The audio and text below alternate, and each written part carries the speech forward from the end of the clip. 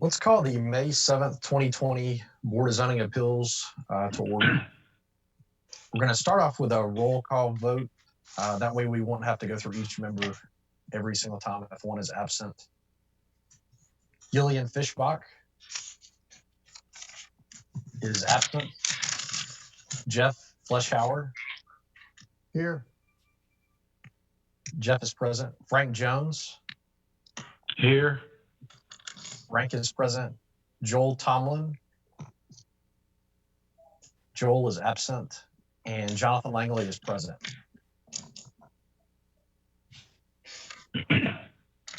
Moving on to the first item of business, consideration of Resolution 2020-54, a resolution declaring that the Board of Zoning Appeals members shall meet on May 7th, 2020, and conduct its essential business by electronic means rather than being gathered or rather than required to gather a quorum of the members physically present in the same location, because it is necessary to protect the health, safety, and welfare of Tennesseans in light of the COVID-19 outbreak. I'll entertain a motion. Motion to approve. That's Frank Jones who made the motion. Is there a second? Second. And that's Jeff Fleischhauer with a second. So the roll call vote, I've got Jeff Fleischhauer. Yes. I have a yes. Frank Jones. Aye. I have a yes for Frank. And Jonathan Langley, yes. Next, I'm going to be reading an announcement regarding limited public access. The Board of Zoning Appeals meeting will limit physical access in the meeting room due to current limitations on public gatherings to prevent further spread of COVID-19 and to protect the health, safety, and welfare of the City of Franklin officials, staff, and citizens. Accommodations have been made to ensure that the public is able to participate in the meeting. The public may participate in the following ways. You can watch the meeting on Franklin TV or the City of Franklin website. 2, you can watch the live stream through the City of Franklin Facebook and YouTube accounts.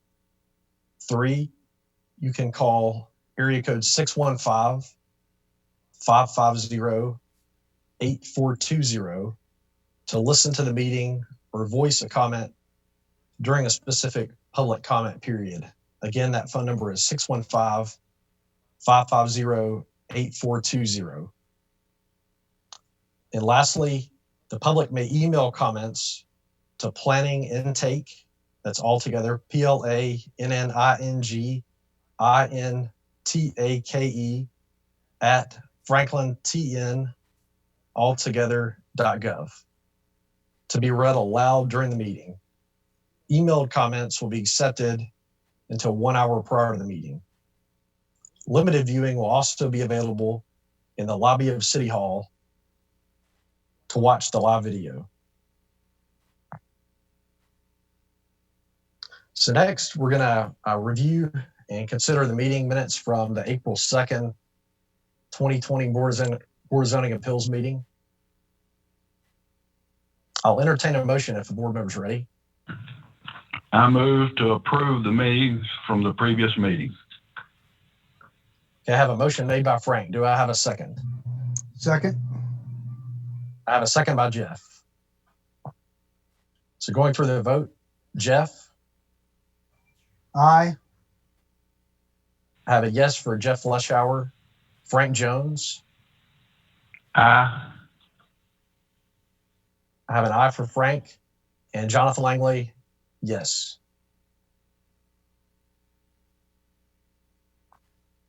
Are there any citizen comments on the meetings or on the meeting minutes? We have no one on the phone lines. Okay. Do I have a motion to close the public comment? Motion to close. That's Jeff Fleischhauer With a motion, do I have a second?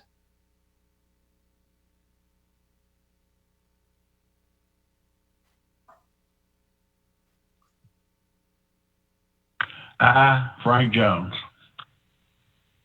Okay, so I have a second to the motion by Frank. We'll go through the vote. Jeff Fleschauer. aye, That's Jeff Fleschauer with a aye. Frank Jones. I, It's Frank Jones with an aye. And Jonathan Langley, yes.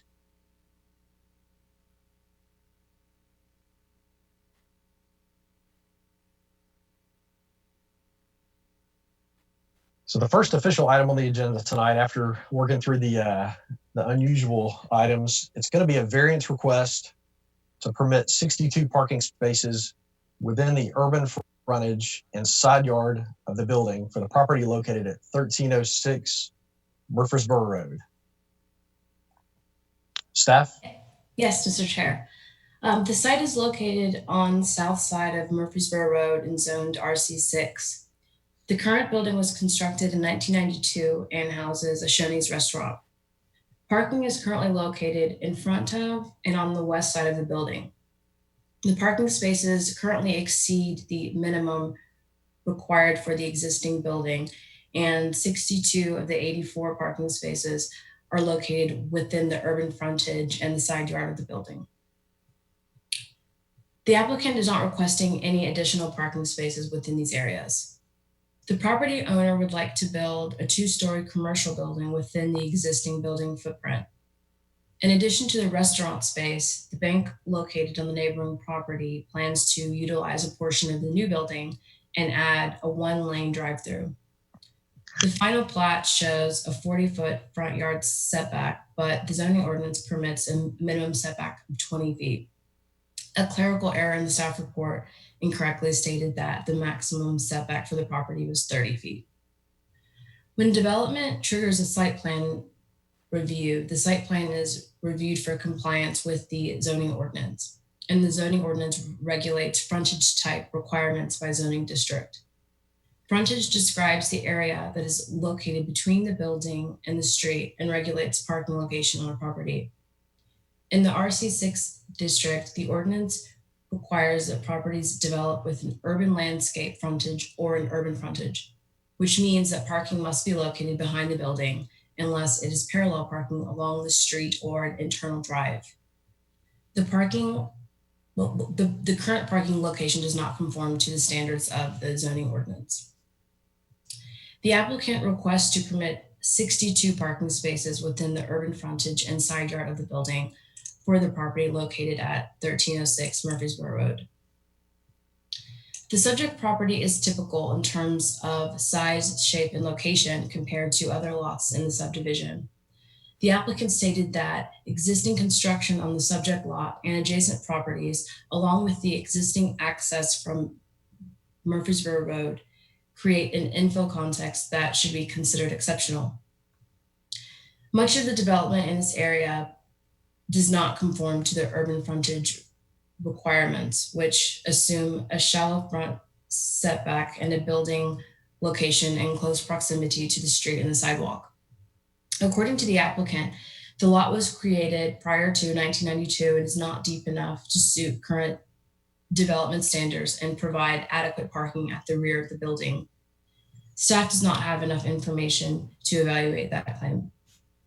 Staff reviewed GIS and aerial data and found that the property has a typical size and shape and depth and does not have any exceptional topographic conditions. Staff finds that the context created by the existing building on the subject lot and construction on surrounding lots do not amount to an extraordinary or exceptional exceptional situation or circumstance that does not permit development under the zoning ordinance. Due to these reasons, staff finds that the property does not meet the first criteria for a variance. From the perspective of the applicant, the undue hardship or burden is the inability to redevelop the property without adhering to the frontage type requirement. Strict application of the zoning ordinance would prohibit use of 62 of the 84 parking spaces. Staff finds that the inability to utilize a large percentage of the parking spaces does not amount to a hardship or practical difficulty because the location of the new building could be brought closer to the street to accommodate additional parking at the rear of the building. The BZA must determine whether or not the inability to redevelop the property in the proposed manner amounts to an exceptional practical difficulty to or exceptional or undue hardship upon the owner of the property. The plan proposes the construction of a 2-story commercial building in the footprint of the current building. Permitting the proposed development of the lot would not be in line with the intent of urban frontage requirements, which are intended to promote pedestrian-friendly areas by locating parking at the rear of buildings. The applicant could modify the site design to accommodate additional parking behind the building while still maintaining the 40-foot building setback, or the applicant could replat the property to allow for a 20-foot setback, which could be done administratively and would bring the property into compliance with the zoning ordinance. Staff finds that granting the requested variance would not result in detriment to the public good, but would impair the intent and purpose of the zoning ordinance. Per Envision Franklin, the regional commerce areas have a high level of visibility along I-65 and primary arterial streets and are important gateways into Franklin. Buildings in the RC6 district should be arranged on sites so that they help to frame and define the street and give a deliberate form to streets and sidewalk areas. Building setbacks should be minimal to create an active street environment that encourages pedestrian activity. When larger setbacks are used, plazas and formal open spaces that serve as pedestrian-friendly gathering places should be located between the building and the street rather than parking to activate the street frontage. As Envision Franklin creates a vision of a more urban character along this corridor, granting this variance could set a precedent for future redevelopment to not meet the zoning ordinance standards that implement this vision. Due to these reasons, staff finds that the third criterion is not satisfied. Based on this reasoning, staff recommends disapproval of the variance based on the criteria that authorize a variance to be established. Thank you. Thank you, staff. So this time we'll open the public hearing for this item, and we'll start with the applicant.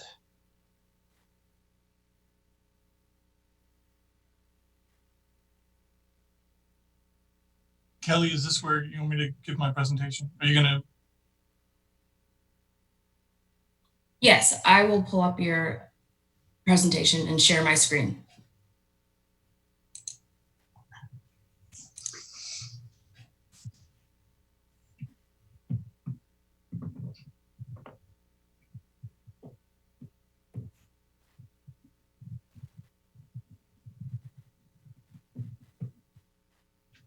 Thank you, Kelly. My name is Greg Gamble, and I'm representing the property owner, Jimmy Franks of 1306 Murfreesboro Road.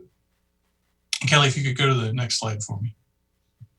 So this is the existing site included with the property boundary information. The property is 1.21 acres in size.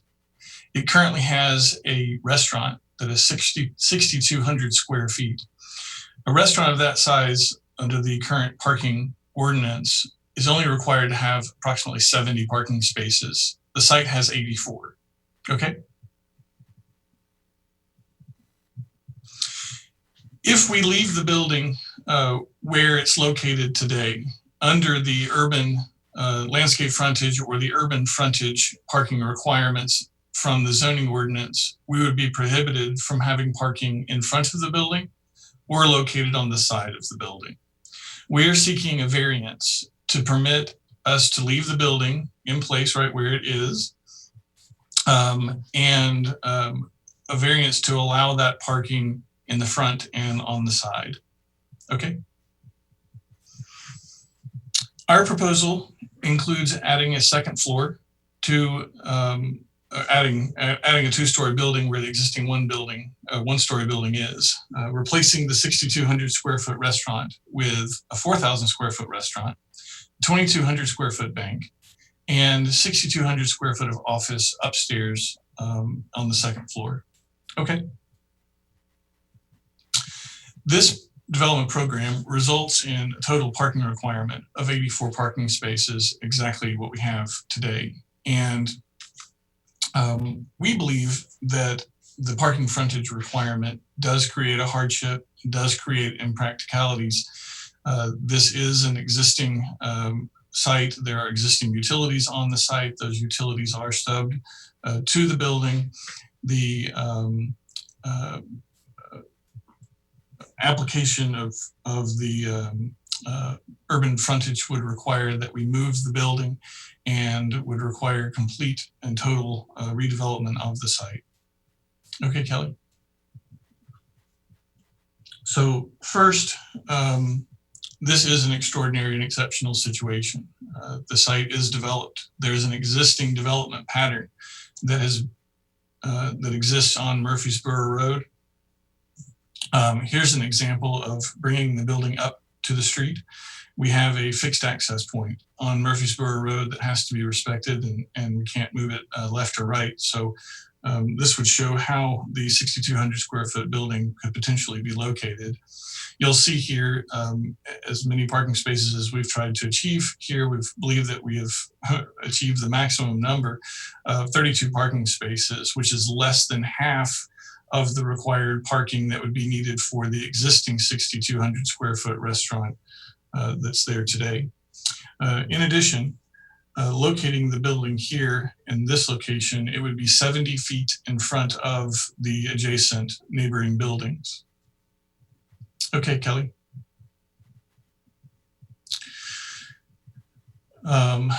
So we also looked at what would happen, what would be the maximum size restaurant that we could fit on the property and comply with the urban frontage. And we were able to achieve 42 parking spaces at the back, which would equal approximately 3,100 square foot restaurant along Murfreesboro Road.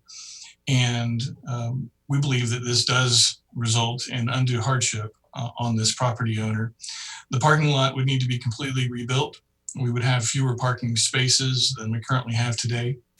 The building square footage would be significantly less, and we would have to redo all of the utilities on the site in order to provide services to the existing or to a new building in a different location. Okay, Kelly. So the third aspect that Kelly talked about was substantially impairing the purpose and intent of the zoning ordinance. The urban frontage is described as intended for areas where buildings have very shallow or no front setback and buildings may abut the sidewalk. Urban landscape frontage is intended for areas with shallow setback to provide a landscape area between the sidewalk and the front facade. You can see in the graphic below the intent of the zoning ordinance of having a more urban streetscape. In this particular section of Murfreesboro Road, it is unique. The buildings, even at 20-foot front setback, would be 60 feet from the street, which is quite a different vision, in my opinion, than the illustration in the zoning ordinance. Kelly, if you'll go to the next slide for me. This shows you the aerial view of the stretch of Murfreesboro Road on Highway 96. It has an existing established development pattern, but these aren't all buildings that were built years and years ago. Candlewood Suites was finished construction in 2019. The AT&T and Smoothie King building was completed in 2017. Both were required to have a drive aisle between Murfreesboro Road and the building for connectivity and for additional parking. There have been 6 of the 11 businesses that you're seeing here renovated in the past 3 or 4 years. Twice Dailies, Mapco, Waffle House, Candlewood Suites, the AT&T building, and the Hardee's. We're asking a variance. Kelly, you can go to the next slide. to respect the existing development pattern to allow us to move forward with parking within that front zone. Happy to answer any questions that you may have. Thank you.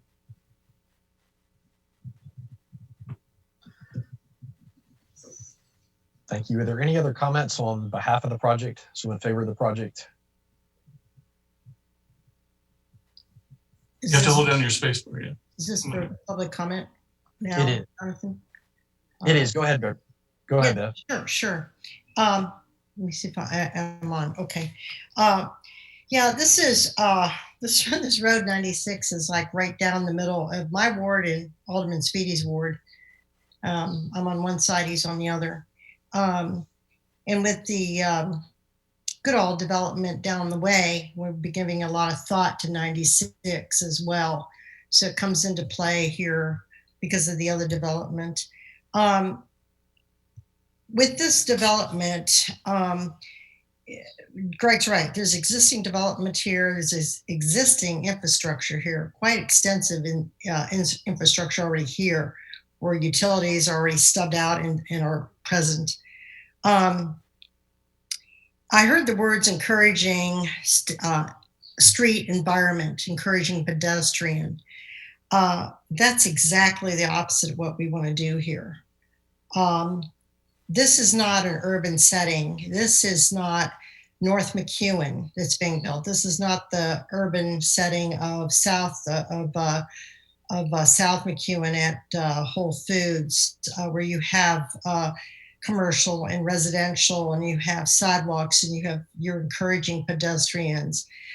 Here, we really don't want to encourage pedestrians on a state route.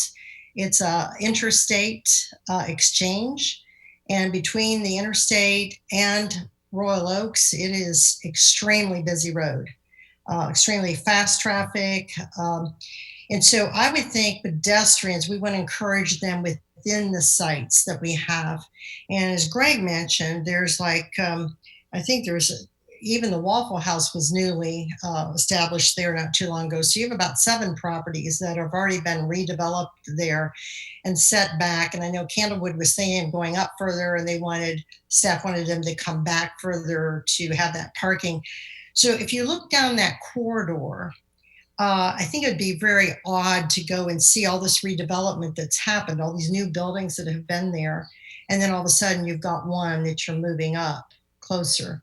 The other thing that concerns me is that we're talking to TDOT all the time. And of course, now with the way our budgets are right now, we don't know what's going to happen, but it's going to be a while. But we do need to redesign the interchange down there.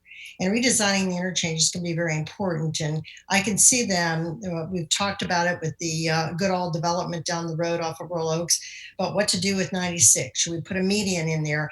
And all sorts of things may happen there. And there may be a big need in the future for another lane along that south end of 96. So that means we'll be cutting into that property. And so I want to make sure that on that south end of that property, we're able to cut into that when TDOT gets on board to do hopefully our diamond interchange up there. We're going to need that space. And that concerns me about moving a building up to a space, whereas all the other ones are set back, and then that south side gives us a lot more room over there. We have a lot more room on that south side. So those are just some things that are concerning me that I'm not in favor of moving this building up. So the other thing is let's see, I had a couple notes here. Let me make sure I've made them all. Oh yeah, another thing is if we do move that building up, then you're going to be putting parking behind that building. And I think about a safety factor, because behind that building, you've got a motel, and you have families driving up to those motel rooms, and they're unloading and loading their families, their suitcases, their children. So to put more vehicular movement in the back of that building, if you move that building up, you'll have to put the majority of it in the back. I don't think that is a safety factor. I don't think that's a good idea. I'm very concerned about that. Again, little foot traffic occurs, if any, in that area. And what foot traffic you really want to encourage is between the buildings itself, internally. I think we need to be looking at that. There's some ideas coming up, especially with this development and the money that will be going into 96, where we can do some fixes along 96. The only other thing I would say that all in all, I think this calls for some common sense. You know, we've got the infrastructure there. There's a lot of things into play here, but everything I've just gone over with you all and shared with you, I think it calls for common sense. I think it calls for a win-win for the city, for the 6-7 redevelopments that have already occurred there and have set back further. So those come into play. It's a win-win for the citizens. To bring internal safety of pedestrian traffic internal to the site. It's a win-win probably for the applicant as well for what they're asking about. So common sense, practicality, and safety. Safety is huge for this redevelopment. So keeping with the current redevelopment street pattern in that area, I think is important along this way because it's a busy state route again. And again, it leaves room for us to make sure that the state will have room because I can see another lane coming in there. Thank you very, very much for allowing me to comment. Thank you. Are there any other comments in favor? I'd just like to make a quick comment. Sure, go ahead, Scott. Sure, I guess I won't echo everything Greg and Alderman Berger said, but again, in my opinion too, they've looked at trying to move that building. I think that existing access of 96 really limits them. I think we've got a situation here where we've got, a citizen looking to make a pretty substantial investment and improve this property.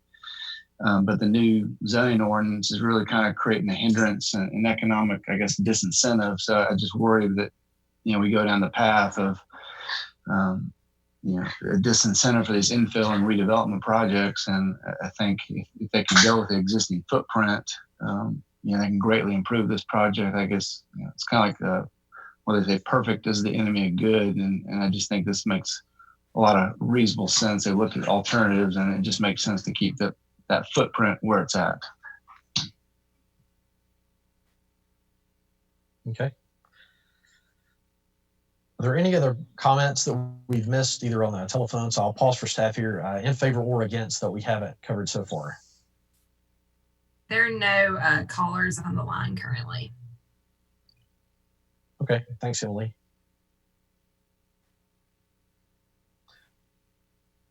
So at this time, I'll entertain a motion to close the public hearing.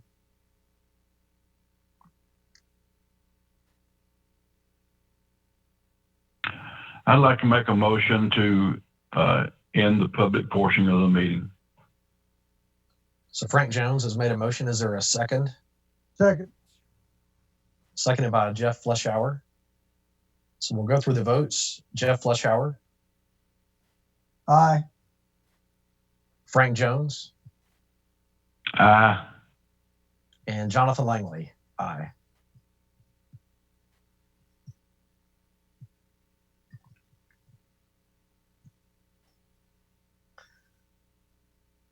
So I guess before we entertain a motion on the item, I'd like to ask staff, I think it's important to get, we've discussed Envision Franklin. Is there any other information staff would like to give us after hearing the comments in favor or against it all?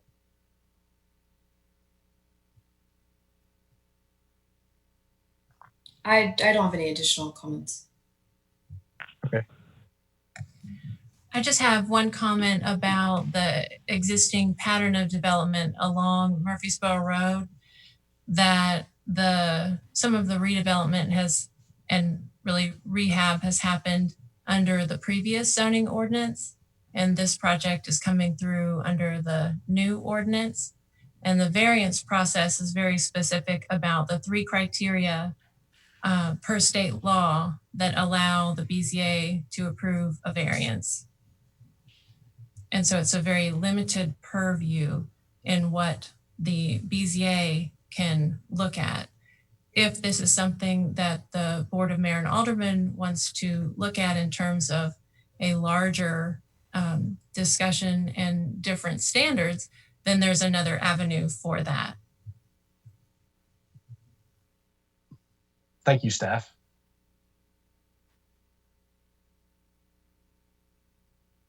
At this time, I'll entertain a motion to, like I said, I'll entertain a motion on the item. And then once we've made a motion, we can have further discussion and debate the issue. Is there a motion on this item?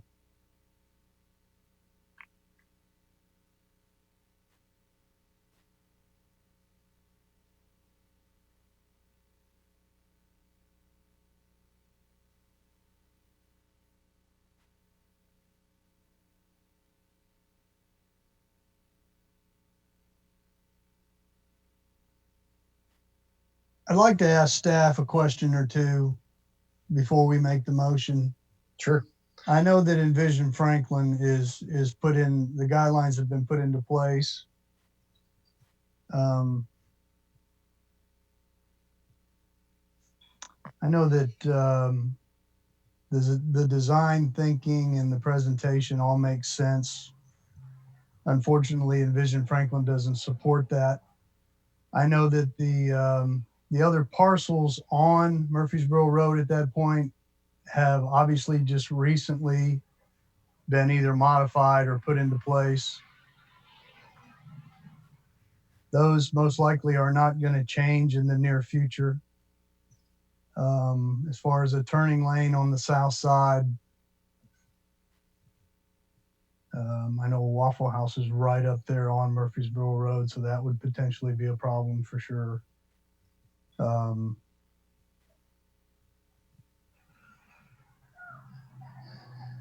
I think if we make the motion that supports staff, I think your options are to go back to the mayor and alderman and try to pursue something with that. I'd just like to make that clear.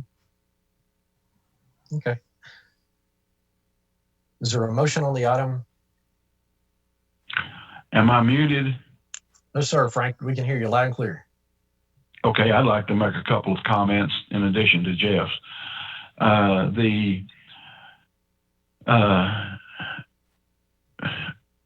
I'm afraid that we're maybe getting our cart in front of our horse. If there are alternatives that can be committed to legislatively by mayor and alderman, then maybe this should be deferred until they can, pursue that avenue and maybe even get us an egress onto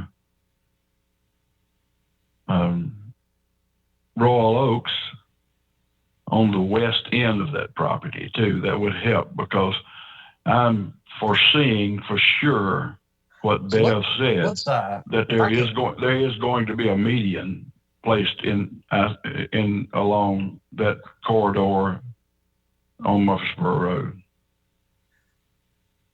If I can pause here, so I think, one concern is let's get a motion on the floor and then we can debate the issue and either vote the motion up or down. Is there a motion for or against? And then I think we'll have more involved discussion on the item.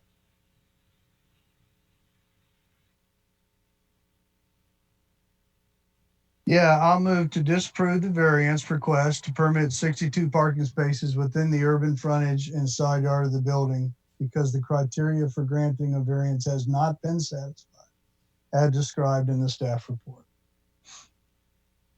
Okay, I have a motion by Jeff. Is there a second?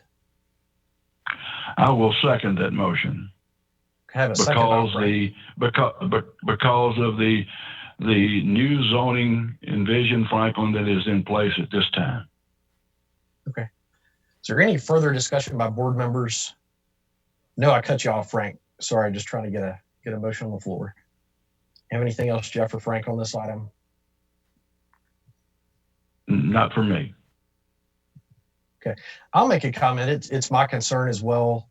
We have a new land use vision for the area. We have new zoning and standards in place. So to come right out of the box and change that by the Board of Zoning Appeals, I think staff mentioned that as well, but that's my concern, is not looking at this holistically and looking at it site by site. Maybe it's one site that comes in, but at the same time, we just established the new vision for the corridor. And that's my concern. So we've got a motion and a second. There any I would other like comments? to, Go ahead, Frank. yes, I have a comment too. The reason that we create zoning in the city is to follow it. And this would be, once again, something that I think legislatively should be worked out. Because I don't want to violate the new zoning ordinance and then have it pursued further down the line. That's my comment. Okay, thanks, Frank. So going through the roll call, Jeff Fleschauer, Aye. Frank Jones, Aye. and Jonathan Langley. Aye. So motion passes 3-0. We'll move on to item 2 on the agenda, which is a variance request to exceed the 40-foot maximum front yard building setback by 20 feet for the property located at 4419 South Carruthers Road. Yes. Item 2 is a variance request to exceed the 40-foot maximum front yard principal building setback by 20 feet for the property located at 4419 South Carruthers Road. The 3.6 acre site consists of 2 adjoining parcels located on the south side of South Carruthers Road and zoned NC. A single family home built in 1967 is currently located on the property. The applicant plans to construct a 10,250 square foot preschool building and a 9,000 square foot mixed use commercial building on the site. A 40-foot Middle Tennessee Electric Membership Corporation easement is located along the South Carruthers Road property frontage. Buildings cannot be located within this easement, and any building on the property would have to be located behind the 40-foot setback line. This restriction does not require a setback increase of 20 feet. Drainage from the Echelon subdivision and the project site drains through the Middle Tennessee Electric easement. When new development is proposed for a site, the new buildings must meet the setback requirements per the zoning ordinance. In this case, the zoning ordinance requires a front yard principal building setback between 10 and 40 feet. The applicant requests to exceed the 40-foot maximum front yard setback by 20 feet for the property located at 4419 South Carruthers Road. The subject property is typical in terms of shape, size, and location compared to surrounding lots. A 40-foot Middle Tennessee Electric easement, which prohibits placement of any buildings within that area, is located along the South Carruthers Road property frontage. The applicant stated that drainage from the Echelon subdivision and the subject lot drains through the easement, and that the variance is required in order to utilize the easement and adjacent upstream areas for management of stormwater per the city's standards. Upon reviewing the case, staff concluded that the location of the 40-foot Middle Tennessee Electric easement does create an extraordinary and exceptional condition on the property that does not permit development under the zoning ordinance. Though the site cannot accommodate the 40-foot maximum setback requirement, a shallower setback than the one proposed would better meet the intent of the zoning ordinance. Due to these reasons, staff finds that the property does meet the first criterion for a variance. Staff finds that despite the location of the easement, the applicant could modify the site design to locate the buildings closer to the 40-foot setback line. The proposed plan includes a drive lane located in front of the commercial building that permits circulation around the building for the desired traffic pattern of the preschool. The location of the drive aisle along the front of the building reflects the desire of the applicant. and there's no requirement in the zoning ordinance for the location of this drive along the front of the building. The drive aisle could also be placed at the rear of the building. While the site cannot accommodate the 40-foot maximum setback, permitted under the zoning ordinance, an increase of 20 feet is more than what is necessary to accommodate development. Staff finds that altering the site design to accommodate a setback closer to 40 feet does not amount to a hardship or practical difficulty, and the property does not meet the second criterion for a variance. The proposed plan is not in line with the goals of Envision Franklin, which encourages minimal setbacks for buildings and internal drives wherever possible in order to create an active street environment that encourages pedestrian activity. The zoning ordinance implements this vision with the standards identified for this zoning district. While the applicant stated that granting the proposed variance will allow for proper management of stormwater on the project site, this outcome can be achieved through a minor increase in the maximum building setback. Staff finds that granting this variance would not result in detriment to the public good, but would impair the intent and purpose of the zoning ordinance. Due to these reasons, the third criterion is not satisfied. Based on this reasoning, staff recommends disapproval of the variance based on the criteria that authorize a variance to be established. Thank you. Thank you, staff. This time we'll open the public hearing and we'll start with the applicant.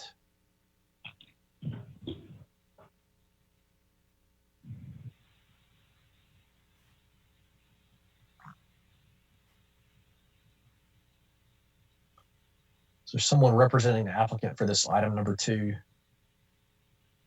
May have to unmute. There you go. I think you're good now. This is Michael Hyman. Is Jason Morlock not on the here? I don't believe so. Do we see Jason Kelly on the call? We don't see him. Yeah, I don't believe he's on the call, Michael. Okay. Well, I apologize because Jason is the applicant and is the one that has submitted everything. Let me also add, he submitted an additional plan which removed that drive. Do you not have that information? Yes, we have the plan. I can pull it up on my screen and then share. Okay, great. If you could do so, I'd appreciate it. I can take it from there.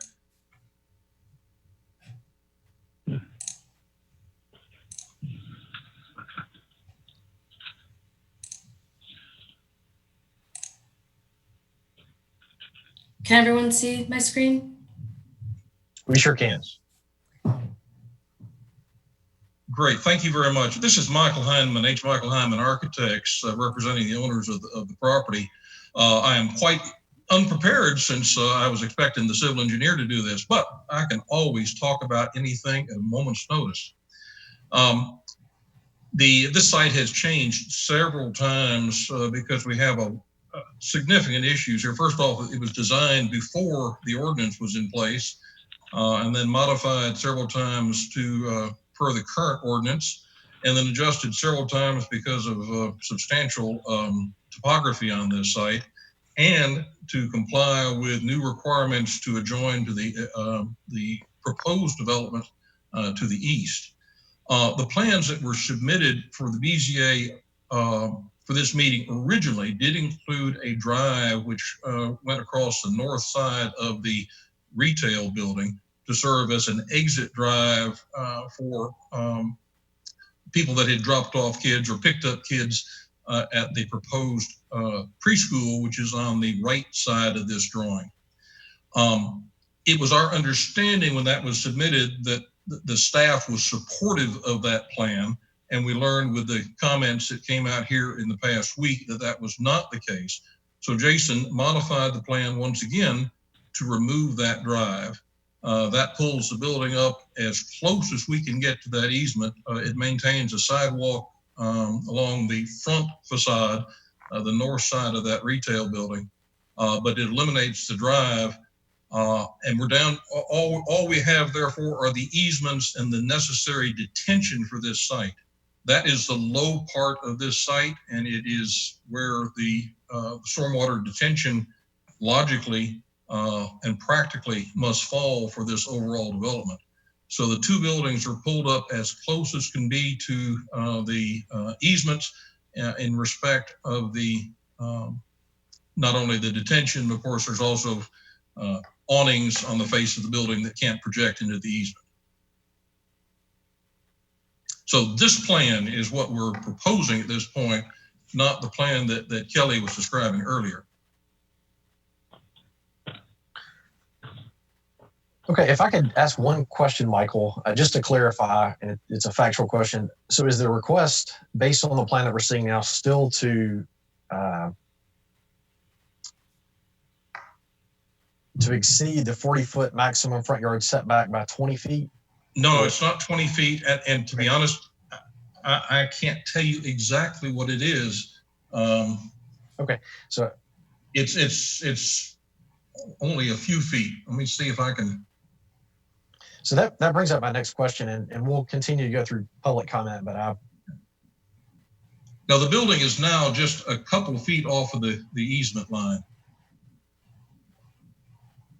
I've pulled up what I have on my computer here, and we're, I think all we've allowed for are the awnings that are on the face of the building that should not project into the Middle Tennessee easement. So the building is as close as it can physically be to the roadway and to the easement.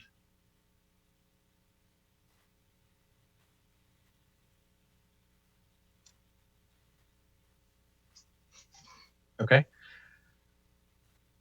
Are there any other comments at all in favor of the item?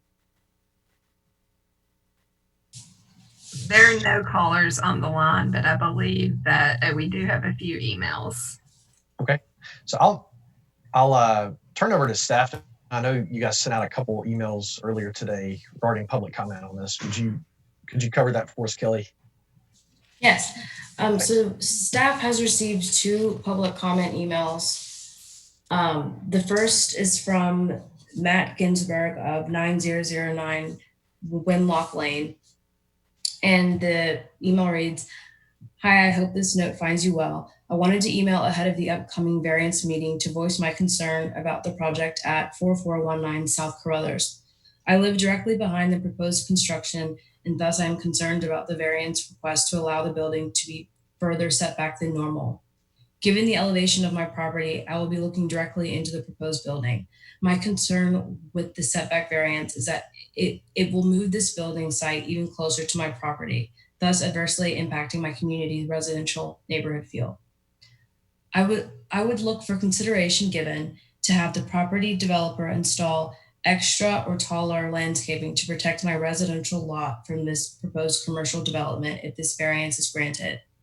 I would consider additional alternatives as well, but protecting our residential neighborhood from feeling like a commercial development is my top priority. Please do not hesitate to contact me with questions. Thank you for your time." The second email is from Brendan Bowles of 9003 Wenlock Lane. And he wrote, "This email is in regards to the BZA request for the property located at 4419 South Carruthers Road for the May 7, 2020 meeting. I am the HOA representative for Lockwood Glen, and I am writing the BZA board to communicate our comments on the proposed front yard principal building setback. The front yard variance submitted by the applicant will allow the proposed building and parking placement to be constructed closer to the residential homes located within Echelon at Lockwood Glen.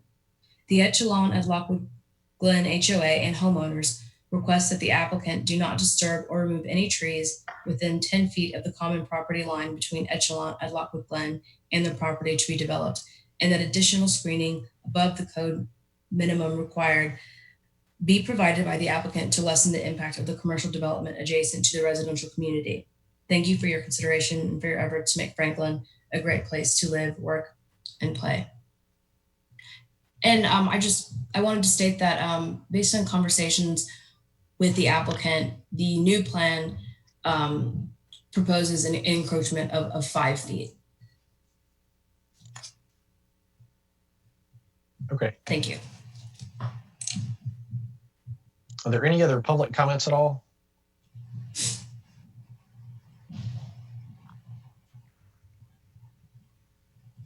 No, we don't have any other public comments at this time. Okay, I'll entertain a motion to close the public hearing. Motion to close. Second. So I have a motion by Frank and a second by Jeff. So we'll go through the roll call vote. Jeff Fleischhauer, Jason? Aye. Frank Jones, Aye. and Jonathan Langley. Okay. Aye. Let me tell them that. Right.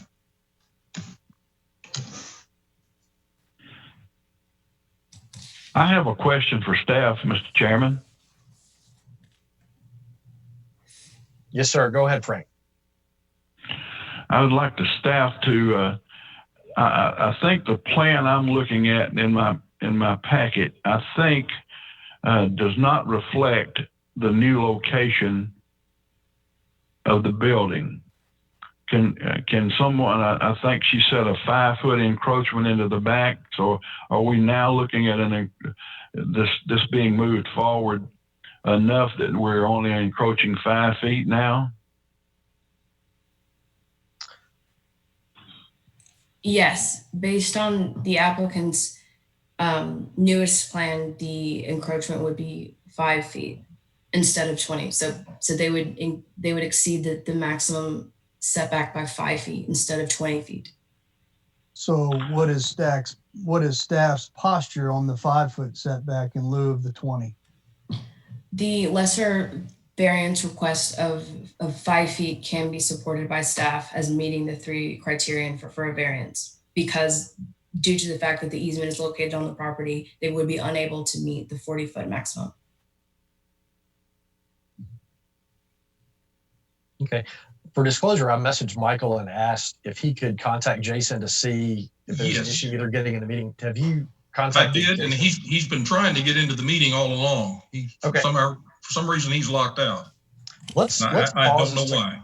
Yeah, let's pause a second and give him a couple minutes, I think, because I feel like I know we have big picture information, but I want to make sure we're looking at the correct plan and fully understand the variance request since we're. Can I also address the comments from the neighbors? Absolutely. Go ahead. Yes, and we agree with both of the letters that the neighbors provided 100%. I think if you notice on the plan, we have a substantial buffer. I mean, we're talking about on the western side of the site, we're about 180 feet. Our parking lot's 180 feet from the rear property line. On the other side, it varies from about our parking lot's 40 to 70 feet from the back property line. So we're trying to stay as far away from the neighborhood as possible and maintaining as much vegetation as we can up there. And of course, we have a landscape plan which supplements that significantly. So they were talking about staying 10 feet away. We're much further away from their neighborhood than they may have realized. And that's just the parking lot. That's the buildings, of course, are much further than that. So. Michael, I finally got in. I apologize. Our internet's been spotty with the storms, and I'm finally here, though. I just wanted to let everybody I'm here to answer any questions. Well, if it's a win, I'm taking credit for it. If it's a loss, I'm going to blame you. There you go. All right. So let me ask one more question. Kelly, you said when Jason's resubmittal moved it to within 5 feet, that staff was changed their position and they are recommending approval. Is that correct? Yes, that's correct. Okay. I would like to interject too that to protect those neighbors that have the issues, can we put some more mature trees in there for screening? Well, we already have a pretty healthy buffer there already. We're required to put a buffer in that's a 25-foot wide buffer per the code, and it's loaded up with shrubs and trees. And I also spoke to Brendan Bowles yesterday, who's a representative for the neighborhood, and he had mentioned some existing trees that they have on the southern property line. And I told him we would look at preserving those as well. Good. So we've closed the public hearing. I feel like we have a good understanding of the request now. Staff is in support of that and has covered the factual items. So I'll entertain a motion on this item number 2 on the agenda. Do I have a Yeah. motion? Yes, Chairman, I move to approve the variance requested to exceed the 40-foot minimum front principal building setback by 5 feet for the property located at 4419 South Carruthers Road because the criteria for granting a variance has been met and satisfied by the staff. Okay. Just to clarify, Jeff, is that, could you read that motion again just to clarify to make sure Sure. we have it correct? Move to approve the variance request to exceed the 40-foot maximum front yard principal building setback by 5 feet for the property located at 4419 South Carruthers Road because the criteria for granting the variance has been satisfied as discussed in this meeting and acknowledged by staff. Okay, I have a motion by Jeff. Is there a second? Thanks, Jeff, for clarifying. I second. I have a second by Frank Jones. So going through the votes, Jeff Fleschauer, Aye. Frank Jones, Aye. and Jonathan Langley, aye. So the item passes 3-0. We thank you very much. Thank you so much. Jason, Thank you you. owe Michael a cheeseburger. You're right, I do. You're due. And I apologize for getting in late. Thank you So all. I'll entertain a motion to adjourn. Motion to adjourn. Motion to adjourn. I second. So I have a motion by Frank and a second by Jeff. Jeff, Yes, absolutely. I second. Frank Jones, I made the motion. So Yep. I'm So, gonna say yes. Aye. Aye. Yes, aye. perfect. Aye. And Jonathan Langley, aye. So we're rounding it out here. Thank you guys. Appreciate it. Great job. Thank you, Jonathan.